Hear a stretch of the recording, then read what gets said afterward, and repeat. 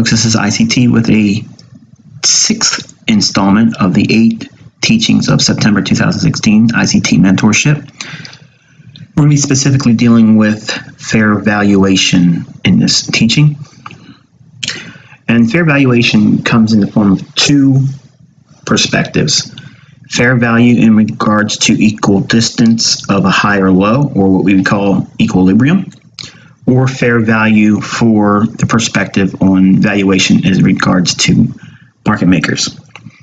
And I'm going to combine both of them to give you the perspective that you have to have when you look at price. This is actually a chart that we mapped out in advance, talking about a lot of these very specific things here in the week of this tutorial's production, September 24th, 2016. We called Australian dollar higher based on the things that I'm going to cover here. I was aiming for 76.65 as a weekly objective, and you can clearly see here the market did in fact hit that. What led to these ideas behind me giving these upside objectives from an area down here? Well, first, you have to understand there's a lot of overlap from what we just covered in the previous 2 sessions, that being equilibrium to discount and equilibrium to premium. Obviously, if you're a buyer, if you want to be buying, you want to be looking at a discount market. That means trading in the lower third of the current trading range that the market has presently or currently created in its most recent impulse leg or impulse price swing. The sells are best taken in the most current trading range or impulse price swing, upper third portion of that range. Okay, that's a premium market. We're selling at a premium. When the market returns back to an area of fair value, that is a fair value for the market maker to either sell or buy. In this case, we're going to cover, again, both concepts in regards to equilibrium and the fair valuation for market maker participation in price action. This swing here is making this high here. The market broke down and it quickly ran away. And this is what we call a liquidity void, where the market makes a sudden movement lower and it's large ranges, very little wicks, very quick movement. That is a void. That means the price spent very little time trading at these price levels, and it was in a hurry to get down to this area here where it started trading more efficiently back and forth on both sides of the candle and ultimately having a retracement. This range in here, as soon as we see pockets of price action where there's sudden movement lower, just like we saw a quick sudden movement lower here, this up candle at the bottom of that, that's where we start watching and measuring fair value. And the down candle here, very next candle is up candle, so we start looking at the range between this up candle and this up candle. Between those 2 up candles, there's what's referred to as a fair value gap. Okay, a fair value gap. The reason why this is important is because there was no up candle or up movement between the break of that low and the high of this candle here. It was all just straight down movement. So nothing filled in this area. Once price broke this low, it left it open. Basically, it's like a gap. The same thing occurs here when this up candle is broken here on this candle. Once it started breaking lower, there's a gap between this candle's low and this candle body or wick. Okay, so I define it by the body. I like to use those. The range in which it causes this void, okay, when price is below that, this is going to be fair value. Okay, the market's going to want to come back to that because there was very little trading in there. Just like we said, there was a gap because there was no movement up in this area here between this up candle's low and this up candle's high. This area in price action only saw down movement. Didn't have any up candle movement, only down movement. All this down here is down candle price action only, big ranges. So this is a liquidity void. The fact that it creates it in big ranges and speed, that's what defines it. Now, because price moves so quickly in these areas, fair value is established because there's going to be a willingness to want to see price trade back up into these levels in here and close in all this. In other words, there's going to be up movement later on. It won't happen immediately always. Sometimes it takes a little bit of time. Sometimes, depending upon the time frame you're looking at, it may take a great deal of time. But when price starts to move higher, we know that we'll try to trade into this range here and fill that in at a later time.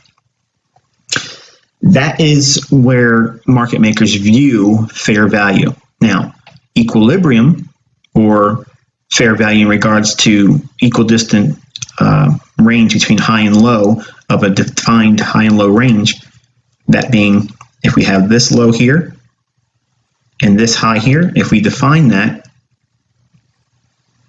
with fib,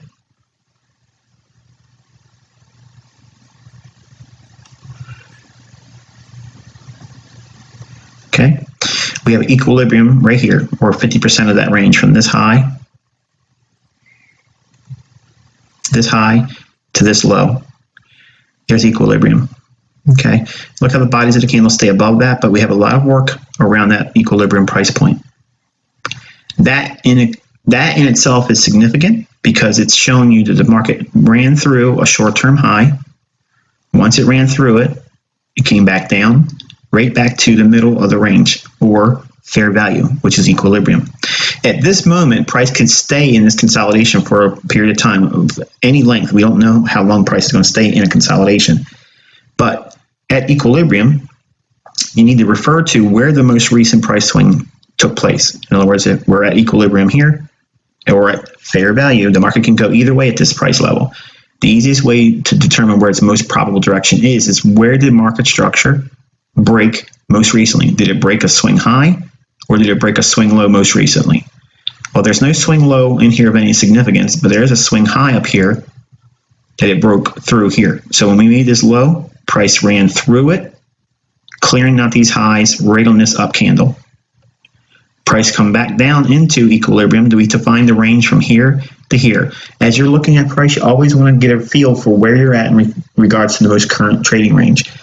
Also notice that we are in the lower portion of the range defined by this high and this low. So we're in a real low area where it would be deemed oversold.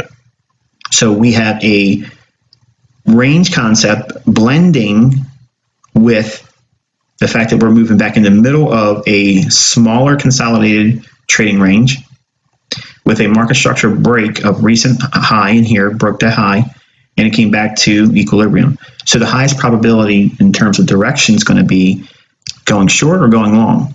Well, obviously it's going to be going long, but the mechanics behind it was that the fact that we broke this swing high, we have this void in here. Okay, we had weakness in the dollar, which we're not going to talk so much about correlation between dollar-based analysis, but we're only specifically dealing with price action alone here. But what led to this bullish move in the Aussie dollar this week was the fact that we moved back into fair value or equilibrium. So that way, it's fair value for the market makers to build in long positions or build a net long book. That means they're accumulating long positions. The down candle right before this move up through a short-term high, that is a bullish order block. So price comes down into that, hits it. At the same time, it's hitting at equilibrium, and it's deemed fair value. It's fair value because the market traded back down into an area where it wants to be bought again and where it should be expected to see buying pressure come in. We don't want to buy it up here because we've already broke a swing high. What are we doing up there? We would be buying at a premium.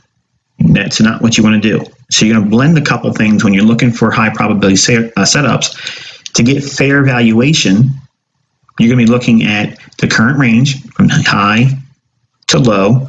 In this area right here, we're in the lower end of that range. So we have a lot more upside to build in a premium, like we just discussed in the previous tutorial. Okay, market will go to a premium. Okay, the market's buying at a discount.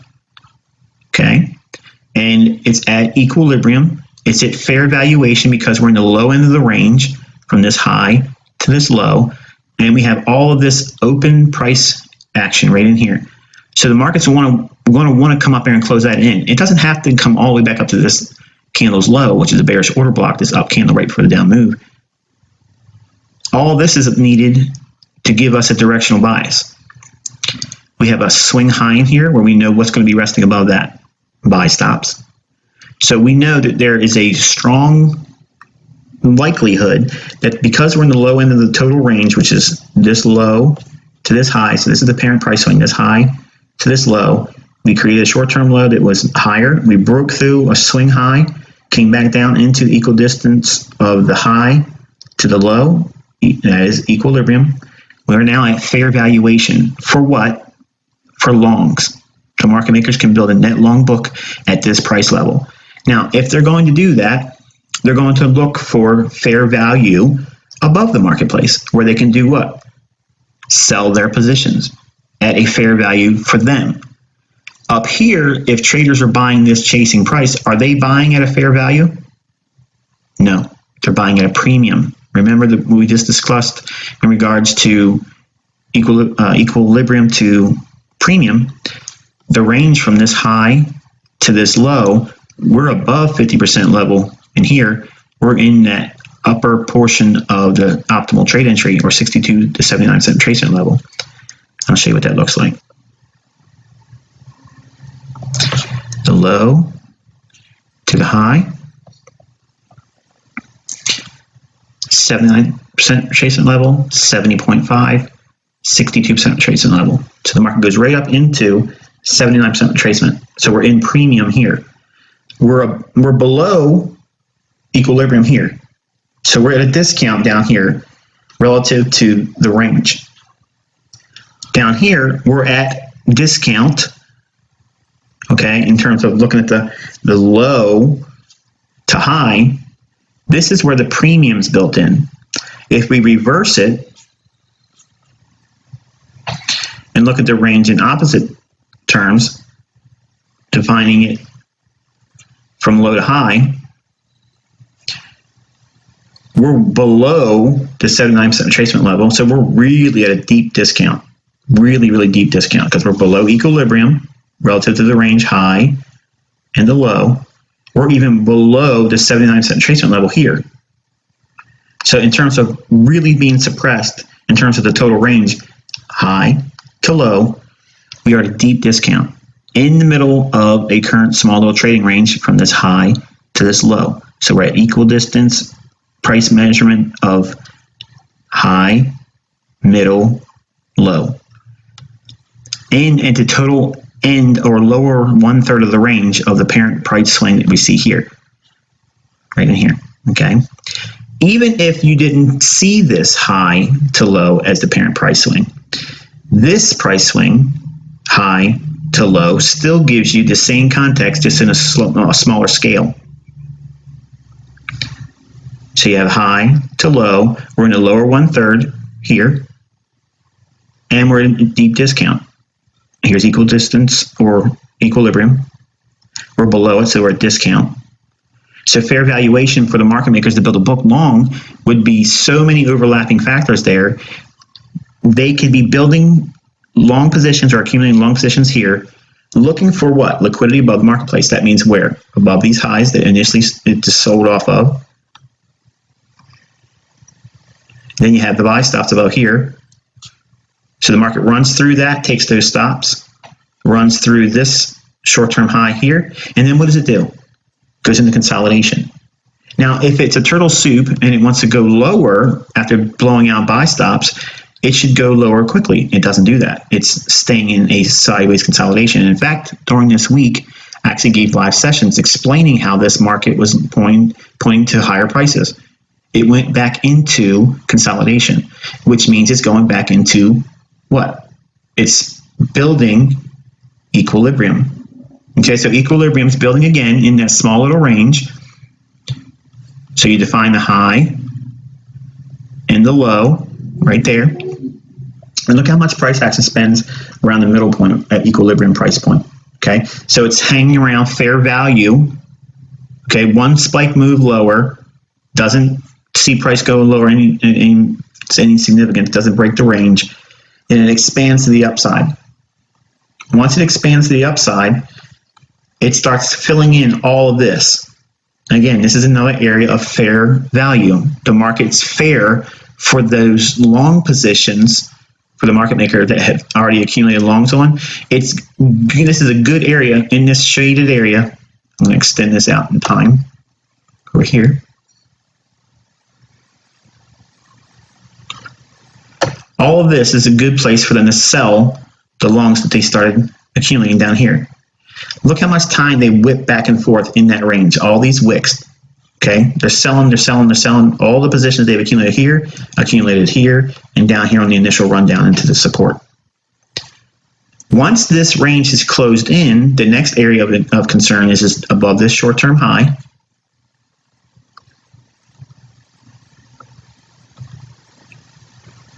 So our void filled in right here. It's filled in. So this is no longer an area of interest, no more. Now we still look for higher prices. Why would we still look for higher prices? Because they went long here.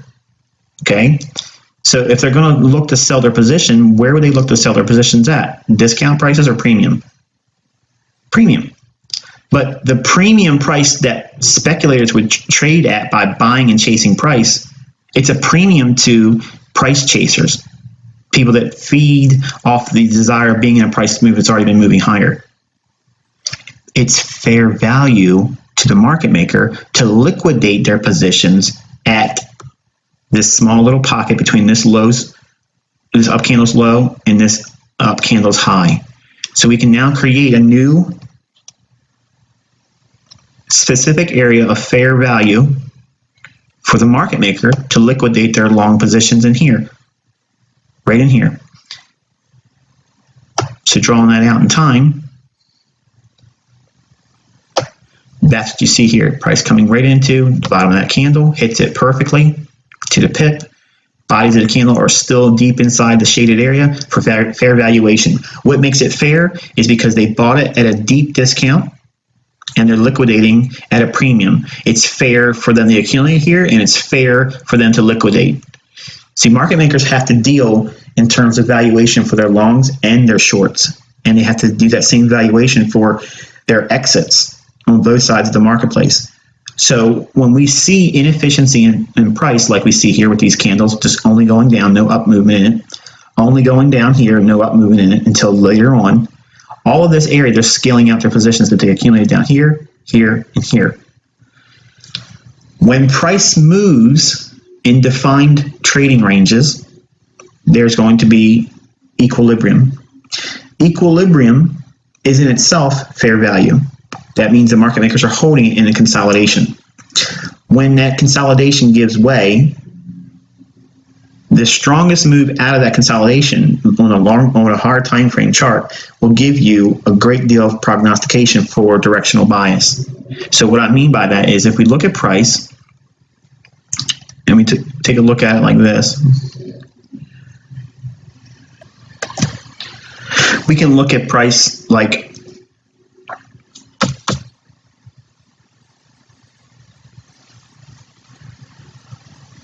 from this high down to this low. So we have a range defined there. Okay. The market's in this range here, consolidates. It goes right back to equilibrium, hangs around equilibrium, dips down below equilibrium. So even if we're monitoring this range from this high to this low, we're below the equilibrium price point. So are we at a premium right here, or are we at a discount? We're at a discount. Traders on a retail level, they're going to see this as a selling point. They're going to want to get short because they're going to see this high to this low coming up to 62% retracement level. Remember, I said in the last two sessions, it's not enough just simply looking at Fibonacci. You can get tripped up in Fibonacci if you don't understand what price is actually telling you. So getting short here is not what you want to do. Even though you've seen price movement going lower, it's only coming down to an area of fair value for the market makers to accumulate longs in an area of discount. So you're having an overlap of three things. You're looking at total range from this high to this low, or this high to this low. We're in the lower portion, or 1/3 of the range. So we're in high probability for a discount market to be in effect. You're also below the equal price point or equilibrium between the low to this high. So it's consolidating near that, but now it went below it again. So we are in an area where the market makers can buy, especially if you combine that with areas of institutional order flow. So if you're looking to buy, what would you be looking for? An area to run out below the stops.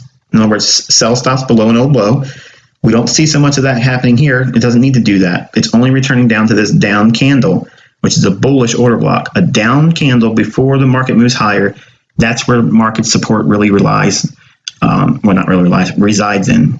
Okay, up candles before the market drops down. That up candle is exactly where resistance is on an institutional basis. So that's where selling occurs.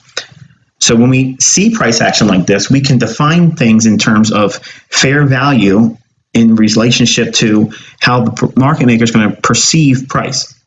The way they value price in terms of the current range that it's trading in, the same way the algo delivers price. Where are we at in proximity to the current total range? We have a nice impulsive price swing high to low here. We are in the lower portion of that range here. We have built-in buy stops above this high here, above this high here, and we have a valuation gap, okay, a fair value gap. Market's going to want to come back up there because it spent very little time in this area. It was all down movement, No buying was actually occurring in here. No buying was occurring in here. It was all on the sell side, one-way flows. So the market ran up into just to close in where only selling took place and no real buyers. So now when price comes back up to that level and they shoot it up there like that, that's going to make a run on stops above the swing high. And we're just going to close in the range between this up candle and this up candle here, which is a fair value gap. So when we're looking at price action, it's a couple things you need to keep in consideration.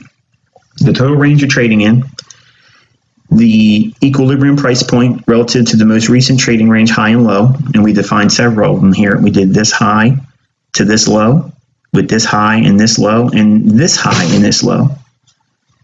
So we have multiple things lining up with the fact that for fair value's sake, the market has a deep discount here, and it's most likely going to trade higher. And we have reference points that we can look for where the market makers should aim, but ultimately this is the fair value gap that they wanted to get back up into. And the reason why, and the basis was of me calling 76.65 for the week, was I want to be just below where I ultimately think it's going to go. And the level at which, if we look at the high,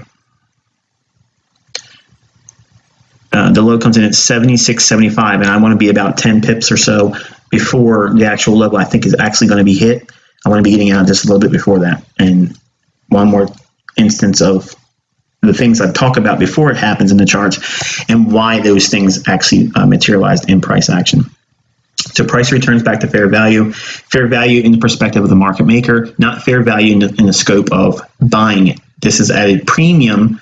Okay, remember that market efficiency paradigm I started you all with. How you perceive the marketplace is not how retail is going to see price. They're going to see this as the market's going to probably keep going up because it's been going up. Well, this is an area of distribution. You want to be thinking accumulation down here, reaccumulation, distribution, scaling out all through these areas in here, because you don't know if it's only going to come up in that little bit of that range over here in the shaded liquidity void. You don't know if it's going to fill in that and then go lower. So when you buy things down in here at a deep discount, you have to scale some of it out. But the beginning basis points of valuation in terms of the market makers, you have to look at the total range, look at where the market has moved away from quickly in those areas of liquidity voids and liquidity pools above old highs, here and here and here. That is going to be fair value for the market maker to distribute long positions. If we were looking at a sell position or a short position, we would be looking for areas in which where the market in the past has moved up a great deal with speed. And we would be looking for lows where stops would be building up below it, or liquidity pools in the form of sell stops. We would look for the lower end of the most recent range for valuation. So that way you would know by looking at things with that market efficiency paradigm, you're not looking at things like retail. You're looking at it in the scope of, okay, I am the bank. I'm making a book here. where's the most efficient price levels for me to unload my longs or unload my short positions? We've already mentioned it so far in the teachings just for September. The easiest way to understand institutional order flow from the beginning starting point of it all is understanding that markets move from buy stops and sell stops to buy stops, and it moves from fair value to discount to premium to fair value. And it moves back and forth between these three reference points. Are we at a discount? Are we at a premium? Or are we at fair value? All those things combined together, they give you the clues as to what we're seeing in terms of the market makers' action. Are they accumulating? Are they manipulating? Are they distributing? All those factors, we're going to be bringing those closely knit ideas into a more easily understood premise. When we look at price, we'll be able to see these things unfolding in advance, and you'll be able to see what should take place. And it's very encouraging to see your study and these individual components start to flesh out and have a greater understanding about price action. So, in closing, fair value is not fair value in the realm of retail. It's in the realm of fair value of liquidating or accumulating from the market maker's perspective. Fair value in discount is fair value for buys, for market maker buying. Fair value in premium is fair value for market maker selling, either establishing new shorts or exiting or scaling out long positions. Discount below equilibrium in the lower ends of the range, that's a discount market. That's an area at which the market makers can buy or look to cover their short positions. Do not look at the marketplace in this retail mindset that we're all trained to do. We have the same well we drink from. It's the same regurgitated stuff, but it's wrong. To understand how these markets are delivered to us in the form of price action, when this price is delivered to us, it's not random. It's very specific of where it wants to go, why it wants to get there. That's what we're giving you in this mentorship. It's very specific, detailed perspectives that are generic. They repeat themselves over and over again, and because they repeat themselves and because they're the same phenomenon that take place almost on a daily basis, there's nothing for you to fear. If you mess it up and you don't get the trade to pan out right, or if you miss a move, do not worry about it. Wait for the market to give you indications of where fair valuation is. Then you'll be able to anticipate the market maker's next scale in or scale out. It may be the liquidation of a long position that's been underway. That may give you prognostication for a future move. It may be the inception of a new price leg while you're waiting for this area to be retraded to. We'll build on this idea for now, but I want you to think in terms of where are we at relative to the most current range. Are we in the lower end? Are we near the low of that current range? And are we working around an equilibrium price point between a recent high and low? By defining price in current trading ranges like this, you'll be able to see where the market makers will expand the price. So when there's expansion, you know prior to that expansion, there's been what? It's consolidation. So as you study more examples of when markets are in consolidation, you'll be able to forecast the next movement out of the consolidation. We don't play the breakout game. We anticipate the breakout. We know that the indications through price action will give us clues as to what side of the marketplace is going to break out. And when we get into commodities, we'll have actually a great advantage of that without using open interest. But for Forex, you don't need it so much. You can still see it in institutional order flow. So I'm going to close this teaching here with the promise that we're going to come back at the end of this series of 8 sessions. In your notes that will accompany your month's summary, you'll have great detail of specific notes and things that you need to be aware of as it relates to fair valuation, liquidity pools, voids, liquidity gaps, all those things. We'll be building more foundation on that. And in month 2, we'll actually go into how to find these things, not just giving you one chart's perspective and basically trying to teach the whole thing in one chart. It can't be done. So you need examples of it. You need to see it called for in advance like we did this week, not so much why into this great detail, but I gave you the areas of what price should reach for. And we talked about the area here. We talked about this void here. And obviously, we don't even need to talk about the highs because we understand that that's where the buy stops are going to reside. So think in terms of fair value for the market maker. If they're going to go higher, where is it a fair value for them to exit their longs? Okay, it's a fair value for them to do so. They do not want to liquidate their longs at a discount or on retracements going lower. You look for expansions on the upside. When they expand, when price expands, they should be reaching into an area of fair value for price to be liquidating smart money longs. That's the only reason why markets go up. That's the only reason why price is allowed to be delivered at higher prices, because the market makers, the banks, have books on their books that are net long, and it's in their interest to see price higher. It doesn't matter how many of us buy, the price is going to be set by the bank, and they're going to do things to line their own pockets and not yours.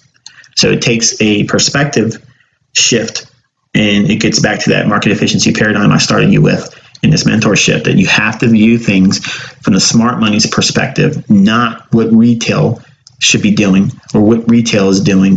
If you do that, you're gonna miss the actual clarity that comes through looking at price action.